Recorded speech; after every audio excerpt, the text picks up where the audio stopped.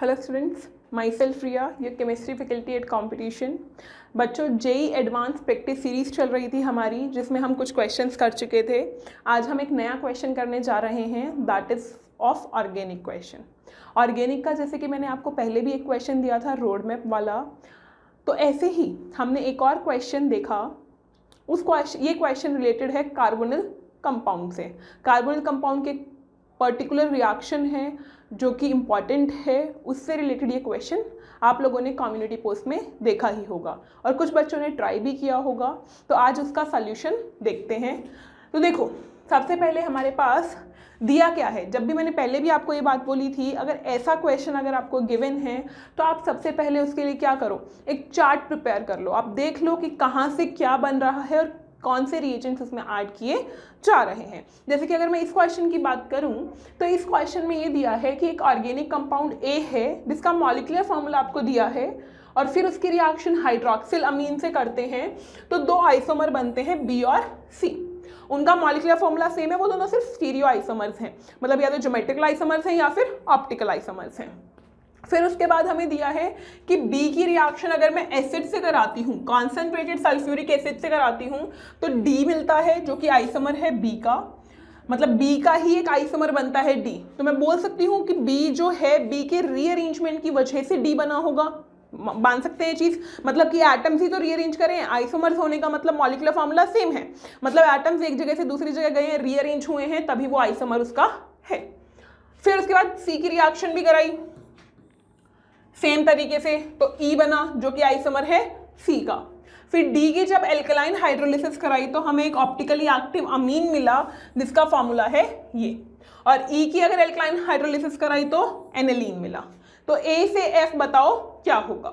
तो देखो, हम लोगों ने ऑलरेडी एक चार्ट प्रिपेयर कर लिया है, मैंने आपको चार्ट प्रिपेयर करके दे दिया है ताकि आपके लिए ईजी रहे कि कैसे हमें प्रोसीड करना है। ठीक है, तो यहाँ पर हमें सबसे पहले क्या दिया है, देखो ए हाइड्रोक्सिलामीन। देखो, अगर आपको कॉमन नेम याद है तो आप बता सकते हो, अगर आपको कॉमन नेम नहीं याद तो ऑर्गेनिक में थोड़ी सी दिक्कत आ सकती है क्योंकि एडवांस का पेपर है। ठीक है, एडवांस जो है उसमें आपको क्या होगा, रिएजेंट्स ऐसे ना लिखकर कॉमन नेम से भी दे सकता है, तो आपको कॉमन नेम याद होने चाहिए। जैसे हाइड्रोक्सिलामीन क्या होता है, NH2OH होता है। क्लियर। तो अब इसने ये बोला कि कोई कंपाउंड ए है, इसका DU निकाल लो, 12 - 14 / 2 5 DU है, मतलब मान सकती हो एक बेंजीन रिंग रही होगी। ठीक है, एक बेंजीन रिंग रही होगी, हाइड्रोक्सिलामीन से रिएक्ट कर रहा है तो कार्बोनिल ग्रुप भी रहा होगा। फिर उसकी रिएक्शन करने पे B और C बन रहा है। तो देखो, कार्बोनिल ग्रुप की रिएक्शन अगर हम NH2OH से करते हैं तो याद करो हम लोग ऑक्साइन का फॉर्मेशन करते हैं, ये रिएक्शन है और यहाँ पर हमारे पास ऑक्साइन बनता है और इसके आइसोमर बन सकते हैं, एक बार सिन बन सकता है और एक बार एंटी बन सकता है, ये आप जानते ही हो। ठीक है, इस रिएक्शन को आप जानते हो। अमोनिया डेरिवेटिव्स के साथ अगर हम रिएक्शन करते हैं कार्बोनिल की तो यहाँ पर हमारे पास ऑक्साइन फॉर्मेशन होगा और ऑक्साइन जो बनेगा वो सिन और एंटी की फॉर्म में बनेगा। तो मैं मान सकती हूँ कि ये वाली रिएक्शन यहाँ पर हो रही होगी और जो स्टीरियो आइसोमर्स बन रहे हैं ऐसे बन रहे होंगे। अब मुझे ये चीज़ सोचनी पड़ेगी कि यहाँ पर क्या प्रेजेंट रहा होगा। यहाँ पर बेसिकली यही तो क्वेश्चन है कि यहाँ पर जो आइसोमर जो ग्रुप है, एल्काइल ग्रुप है, वो कौन से हैं। रिएक्शन तो हमें समझ आ गई। आगे क्या बोला है फिर, B और C की रिएक्शन कॉन्सेंट्रेटेड H2SO4। देखो, अगर मैं ऑक्साइन की रिएक्शन, याद करो ऑक्साइन की रिएक्शन हम करते हैं H+ की प्रेजेंस में, कॉन्सेंट्रेटेड H2SO4 की प्रेजेंस में, तो क्या होता है, वाटर का फॉर्मेशन होता है, OH2 पॉजिटिव बनता है, ये निकल जाता है और जो यहाँ पर ग्रुप प्रेजेंट होता है वो क्या कर जाता है, माइग्रेट कर जाता है। मैम, इसे बेकमैन रीअरेंजमेंट बोलते हैं। मैंने यही तो बताया था कि B से अगर हमारे पास D बन रहा है और अगर C से E बन रहा है तो कौन सा, वो बन रहे हैं प्रोडक्ट, वो आइसोमर ही तो बन रहे हैं और आइसोमर यहाँ पर रीअरेंजमेंट की वजह से ही तो बन रहे हैं। ठीक है, तो यहाँ पर कौन सा रीअरेंजमेंट है, बैकमैन रीअरेंजमेंट है। बैकमैन रीअरेंजमेंट में क्या होता है, ऑक्साइन से हमें क्या मिलता है, एमाइड मिल जाता है। अगर मान लो यहाँ R' और यहाँ R है तो R' जाके NH पे लग जाता है, जो N के ट्रांस में प्रेजेंट होता है, जो OH के ट्रांस में प्रेजेंट होता है वो ग्रुप N पे माइग्रेट कर जाता है टू फॉर्म एमाइड। ऑक्साइन्स रीअरेंज करते हैं टू फॉर्म एमाइड्स। क्लियर ये चीज, ठीक है। तो अब हमारे पास यहाँ पर डी और ई भी मुझे समझ आ गया कि एमाइड्स बन रहे होंगे, ठीक है।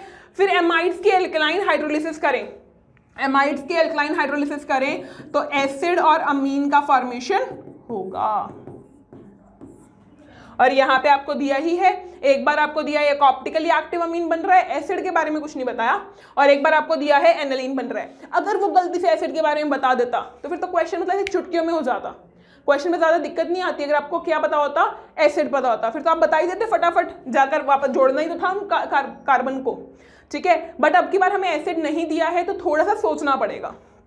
तो अब मेरे पास यहाँ पर क्या है, एनिलीन है, मेरे पास यहाँ पर क्या है, एनिलीन है। तो मुझे ये समझ आ रहा है कि ई में क्या रहा होगा, NH के पड़ोस पे पीएच रहा होगा, फिनाइल ग्रुप रहा होगा, तभी तो वो बॉन्ड टूटकर पीएच NH2 बन रहा है, और ये C डबल बॉन्ड हो रहा होगा, और यहाँ पर कुछ तो ग्रुप R डैश रहा होगा। क्लियर, इतना समझ में आया, इतना आपको क्लियर हो गया होगा। ई अपने पास ये रहा होगा, ठीक है। वही बैकवर्ड मैकेनिज्म लेंगे हम लोग, रेट्रो मैकेनिज्म। अब यहाँ पर ये अमीन बन रहा है, मतलब जो R डैश है वो कोई 4 मेंबर्ड कार्बन का, 4 कार्बन का एल्काइल ग्रुप रहा होगा, ठीक है। अब डी की बात करूं, डी में अब ये पीएच इस तरफ होगा, pH C double bond NH, और इधर रहा होगा R डैश ग्रुप, जो कि वही 4 कार्बन की चेन रही होगी यहाँ पे। क्लियर, मुझे कैसे पता चला ये चीज रही होगी, मुझे वही हाइड्रोलिसिस से पता है। यहाँ पे एनालिन बन रहा है तो NH के पड़ोस में पीएच रहा होगा, और यहाँ पर हाइड्रोलिसिस के बाद ये वाला ग्रुप जो है अमीन बना रहा है, दूसरा एसिड की फॉर्म में निकल रहा है, तो ये यहाँ रहा होगा। क्लियर, दिस इज क्लियर, ठीक है। अब बी, अब देखो मैंने आपको बताया कि हमारे पास ऑक्साइन जो है, जो NH के पड़ोस में R डैश ग्रुप होता है, वो उसके एंटी पे, OH के एंटी पे प्रेजेंट होता है। तो बस आपको यही देख के ऑक्साइन बना देना है।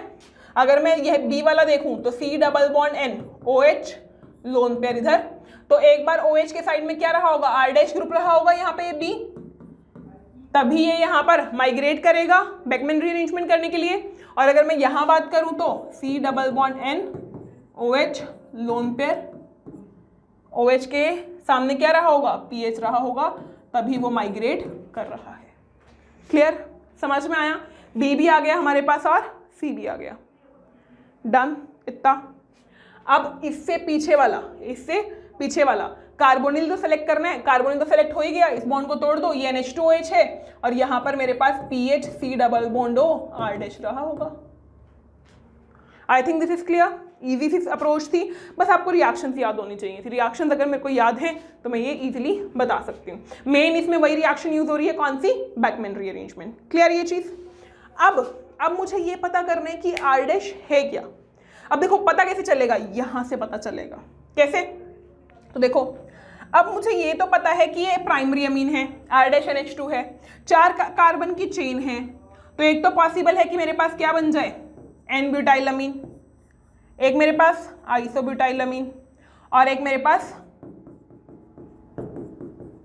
ये टर्शियरी ब्यूटाइल अमीन। ये 3 ही तो पॉसिबिलिटी है आइसोमर्स में। और इनमें से ऑप्टिकली एक्टिव कौन सा है, ऑप्टिकली एक्टिव मैम सिर्फ यही है, ये जो कार्बन है ये ऑप्टिकली एक्टिव अमीन है, ना ये पॉसिबल है और ना ये पॉसिबल है, तो ये आंसर होगा मेरे पास, सेकेंडरी ब्यूटाइल अमीन होगा मेरे पास। ठीक है, तो अगर मैं बात करूं यहाँ पे, तो देखो ये क्या है मेरे पास, सेकेंडरी ब्यूटाइल अमीन। तो आप बस R डैश की जगह यही लगाना है, R डैश की जगह आपको क्या लगाना है, सेकेंडरी ब्यूटाइल अमीन। तो मैं एक और कॉपी कर लेती हूँ इसको, इमेज को यहाँ पर। हाँ, तो हमारे पास यहाँ पर क्या हो जाएगा, D हमारे पास हो जाएगा NH, C, CH2, CH3 और CH3, ये होगा। D हमारे पास ये हो गया, ठीक है। E हमारे पास यहाँ पे R डैश हटा दो, CH, CH3, C2H5। क्लियर। अब यहाँ पर R डैश हटा दो। देखो स्टेप टू स्टेप चलोगे तो चीजें इजी हो जाएंगी, मुश्किल नहीं रहेंगी। देखने में क्वेश्चन थोड़ा सा आपको टफ लगा होगा एक बार, लेकिन अगर आप ध्यान से सारी रिएक्शन याद हैं और ध्यान से क्वेश्चन सॉल्व करते तो आपको इजीली ये समझ आ जाना था।